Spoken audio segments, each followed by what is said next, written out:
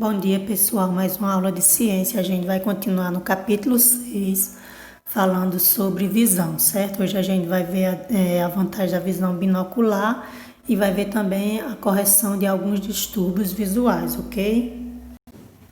Bom, com os dois olhos somos capazes de avaliar a distância de um objeto até nós com muito mais eficiência do que com apenas um olho. A explicação tem a ver com o fato de cada olho receber a luz vinda do objeto de uma posição distinta. Bom, pessoal, o cérebro ele recebe essas imagens ligeiramente diferentes, vinda de cada olho, certo? As interpreta e a partir daí avalia a distância a que um objeto se encontra, ok? Aí tem dois experimentos bem simples que vocês podem fazer em casa para comprovar isso, certo? Um na página 98 e outro na página 99, é bem simples, qualquer pessoa pode fazer, ok? E o que viria a ser a visão binocular? Bom, a visão binocular nada mais é do que os olhos localizados na parte frontal da cabeça, certo? E nós, os seres humanos, macaco, onça, gato e cachorro, são animais que possuem os olhos localizados na parte frontal da cabeça, ou seja, visão binocular. Esse tipo de visão oferece a vantagem de uma imagem tridimensional e principalmente de nos possibilitar perceber com precisão a distância a que um objeto se encontra, certo? É muito útil para os macacos avaliar a distância de um galho para outro para poder saltar. E é muito útil também para uma onça, por exemplo, avaliar a distância a que a sua presa se encontra para poder dar o bote, certo? Já animais como cavalo, vaca e coelho, apesar de eles terem dois olhos, eles têm um olho em cada lado da cabeça. Então, isso oferece a desvantagem de não perceber, não poder avaliar com precisão a distância a que um predador, por exemplo, se encontra, certo? No entanto, ele tem a vantagem de oferecer um campo maior de visão. Então, a gente vê aí que a visão dos animais que tem um olho em cada lado da cabeça, ela fornece um campo maior de visão, porém não oferece com precisão a distância a que um objeto se encontra. Enquanto que a visão binocular, ela dá precisão de que distância um objeto se encontra, porém oferece um campo menor de visão, certo? Bom, agora vamos falar um pouquinho sobre o movimento dos olhos e a visão binocular, certo? Nossos olhos se movimentam quando queremos olhar para cima, para baixo e para os lados. Mas como eles se movimentam? Bom, nos nossos olhos existem nervos, certo? Que são comandados pelo cérebro. Então, quando o cérebro dá ordem para olhar para cima ou para baixo ou para os lados, então a nossa vista vai se mover, certo? Auxiliada pelos esses músculos que são comandados pelo cérebro, certo?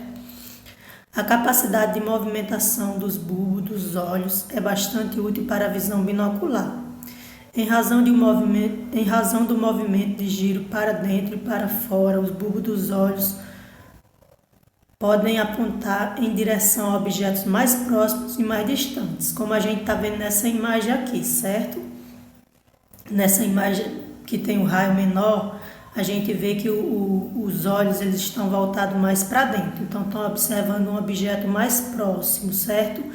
Enquanto que esses outros, os olhos estão voltados mais para frente, certo? E estão observando um objeto mais distante, ok, pessoal? Bom, pessoal, aí na página 101 tem um experimentozinho bem simples também que vocês podem fazer, certo? Que é só para comprovar que a nossa visão ela não é capaz de perceber uma imagem, se uma imagem for substituída por outra muito rapidamente, certo? A gente não é capaz de perceber. Isso para introduzir, para falar sobre cinema. Os filmes cinematográficos são longas fitas nas quais a grande quantidade de imagens, uma após a outra, cada qual ligeiramente diferente da anterior. 24 dessas imagens são projetadas por segundo na tela. Bom, pessoal, os desenhos animados que a gente tanto gosta de assistir, eles obedecem a esse princípio, certo? Os desenhistas, eles fazem uma série de imagens ligeiramente diferentes uma da outra, certo? e elas são substituídas uma pela outra nessa rapidez, certo? Que a nossa vista ela não percebe que a imagem foi substituída e dá a impressão de que os desenhos animados eles estão se movimentando, certo, pessoal? Então, como a gente está falando aí de visão, eu achei interessante falar sobre essa parte, ok? Bom, vamos falar agora de alguns distúrbios visuais, a correção, aliás, de alguns distúrbios visuais. Alguns distúrbios de visão ocorrem porque imagens nítidas não são projetadas na retina. Entre eles, os mais comuns são miopia, hipermetropia, presbiopia e astigmatismo. Aí, para esses distúrbios, tem o uso de óculos com lentes apropriadas ou lente de contato, que permite a quem tem esses distúrbios enxergar corretamente, certo, pessoal? A miopia é caracterizada pela dificuldade de ver com nitidez objetos distantes, embora a visão de objetos próximos não seja prejudicada. O que ocorre é que o bulbo do olho míope ele é mais longo do que o normal, certo? Então, os raios de luz vindo de objetos distantes, eles não são focalizados na retina, eles são focalizados à frente da retina. Isso faz com que os objetos não sejam vistos com nitidez. Eu vou mostrar para vocês aqui uma imagem, certo? Bom, aqui é essa imagem. O primeiro olho é normal, o segundo é míope. A gente pode ver que os raios de luz eles estão sendo projetados à frente da retina, certo? E isso faz com que a visão não seja nítida. E no terceiro olho, a correção. A correção pode ser feita com lentes divergentes, certo? Que vai modificar um pouquinho os raios de luz vindo desses objetos e vai permitir que eles sejam focalizados na retina, certo? Então, a correção é feita aí com essas lentes divergentes, ok?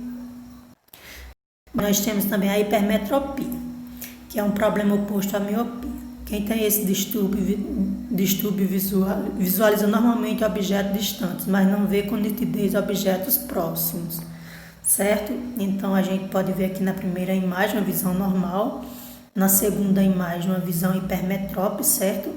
Onde a imagem ela é formada depois da retina, aqui atrás da retina, certo? Isso ocorre porque o bulbo do olho míope, do olho hipermetrópe, ele é mais curto do que o normal, certo? E a correção desse distúrbio, como a gente pode ver aqui na terceira imagem, certo? Ela é feita com lentes convergentes, certo? Que aí elas vai fazer com que esses raios de luz de objetos próximos eles sejam focalizados em cima da retina, certo? Para que o hipermetrópe ele veja com nitidez, ok? Nós temos a presbiopia, que de modo geral é semelhante à hipermetropia, interfere na visão de objetos próximos. Ela se manifesta na maioria das pessoas após os 40 anos e é popularmente conhecida como visão cansada, vista cansada, certo? Nós temos o astigmatismo, que é a visão distorcida que ocorre devido a alterações no formato da córnea ou lente do olho, certo? Aí eu vou querer que vocês leiam também esses textos complementares. Ilusão de óptica, na página 100. Cuide bem de seus olhos, página 104. E lágrimas, emoção e remelas, na página 105, ok, pessoal? Aqui mais um slide, só mostrando o código, certo? Algumas recomendações, vocês podem pausar o vídeo e dar uma olhada bem direitinho, certo? Aqui o exercício, a questão 4 e a 8, certo? Do livro didático. A questão 9 e a 10, também do livro didático, certo, pessoal? Então, como sempre, espero contribuir com o conhecimento de vocês. Tenham um bom dia e boa aula. Tchau!